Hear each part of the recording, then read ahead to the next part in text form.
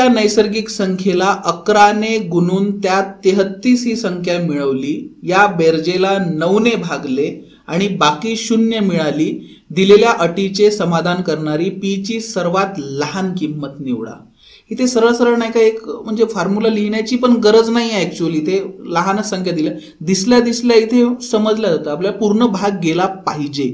इथे जर एक नजर जर मारली ना, 11 ने गुणायचं आहे आणि 33 संख्या मिळवायची आहे. बघा ना, 11 एक 11, 11 त्रिक 33 जर म्हणजे 11 आणि प्लस 33 44 ला भाग जात नाही. 3 जर केला तर नाही का परत नाही का 66 ला भाग जात नाही. राहिला फक्त 6. शेवटी 6 तिसरा आहे. 11 गुणेला 6 बरोबर म्हणजे किती येते 66 आणि 3 3 म्हणजे 99. 99 ला 9 ने भाग जातं. हे 6 नंबरचं त्याचं आन्सर होते. बरोबर. तरी सुद्धा आता हे झालंय. ठीक आहे. आता पहिल्या नजरेत पण सगळेच थोडी नाही का तुमच्यासारखे हुशार थोडी आहे. बरोबर. त्यामुळे आपण फॉर्म्युल्यामध्ये लिहून टाकूया सरळ सरळ याला आणि नंतर मग आन्सर एक एक एक तिथं पुटअप म्हणजे नजरेत जर फॉर्म्युला जर दिसला तर लगेच पुटअप करता येईल. हवेत कोणाकोणाला नाही करता येत आन्सर. बरोबर आहे ना. आन्सर 6च आहे. Option number 3. हवेत आपण जे केलं पटापट की असं झालंय तसं झालं हे झालं ते झालं नाही. फॉर्म्युला लिहूया नंतर परत सॉल्व्ह करूया. तर आता बघा इन ब्रॅकेट पी गुणेला 11. ठीक आहे. ब्रॅकेट कंप्लीट करूया. त्यांनी म्हणलेलं ना पी या नैसर्गिक संख्येला 11 ने गुणून म्हटलं. ठीक आहे. त्यामध्ये 33 मिळवली. पूर्ण ब्रॅकेटमध्ये अधिक 33 केले आपण. पूर्ण ब्रॅकेटला अधिक 33. ठीक आहे. आणि या बेरजेला 9 ने भागले म्हणजे पूर्ण याला आपण भागीला 9 करूया. ठीक आहे. आता पीच्या ठिकाणी एक एक किंमत ठेवायची अशी नजरेने. बरोबर. आणि 1 ठेवली तर 11 11 33 44. 3 जर ठेवली असती तर 33 प्लस 33 66. आपल्याला माहितीच आहे 9 ने 66 ला भाग जात नाही. 6 जर ठेवली तर 11 66 आणि 99 भागीला 9. ठीक आहे. असं कंटिन्यू करत 3 नंबरचा ऑप्शन तसंही मिळते. कोणतंही घ्या.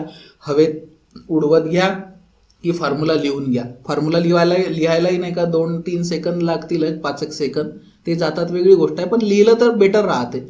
म्हणजे असं एखादं लिहिलं चालले आपले 5 सेकंद पण आता दिलेले आहे ना मग अराउंड 30 सेकंदच्या आत सोडवायचं आहे ना आपल्याला एखादा क्वेश्चन. त्यामुळे होऊन जातंय ते ऍडजस्ट होऊन जातंय. ठीक आहे. फॉर्म्युला लिहिलं तर नजरेत बरोबर बसताना आन्सर ॲक्युरेट येते. बरोबर. म्हणजे तिथं टॅली जरी करायचं राहिलं तर येऊन जाते.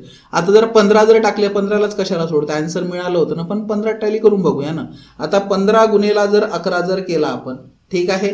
15 गुणेला 11 किती येऊन जातं ते येतं 165. बरोबर आहे. 15 1 15 15शी 5 आज झाला 1 15 1 15 आणि 1 16 165. 165 अधिक 33 किती येते आपल्याला तर 198 येते. बरोबर.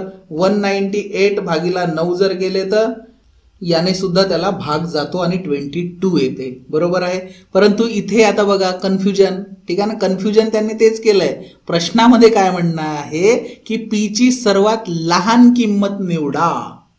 ठीक आहे ना. घाई गडबडीत कधी कधी 15 जर घेऊन घेतला आणि आन्सर काढलं आणि आपलं लक्षात राहिलं नाही की सर्वात लहान आणि 6 आपण पाहिलाच नव्हता. ठीक आहे ना. म्हणून आपण काय केलं होतं सुरुवातीला जेव्हा हवेत जेव्हा केलं तेव्हा पण 3 जे पाहिलं 1 आणि 3 नव्हतं. ठीक आहे. आणि शेवटी 6 आणि 15 मधलं लहान कोणती आहे. लहान आहे 6 नंबरची संख्या. आणि लहान जर 6 नंबरची संख्या असेल आणि त्याचं जर आन्सर येत असेल तर 15 पाहण्याची गरज राहत नाही. का बरं राहत नाही. कारण की अटीमध्ये म्हटलेलं आहे त्यांनी की समाधान करणारी पी ची सर्वात लहान किंमत निवडा. बरोबर आहे. आणि 6 आणि 15 मधलं 6 लहान आहे जरी सुद्धा 15 जर किंमत ठेवली आणि भाग जात असेल तरी सुद्धा. बरोबर आहे. ठीक आहे. नेक्स्ट क्वेश्चन बघूया आता.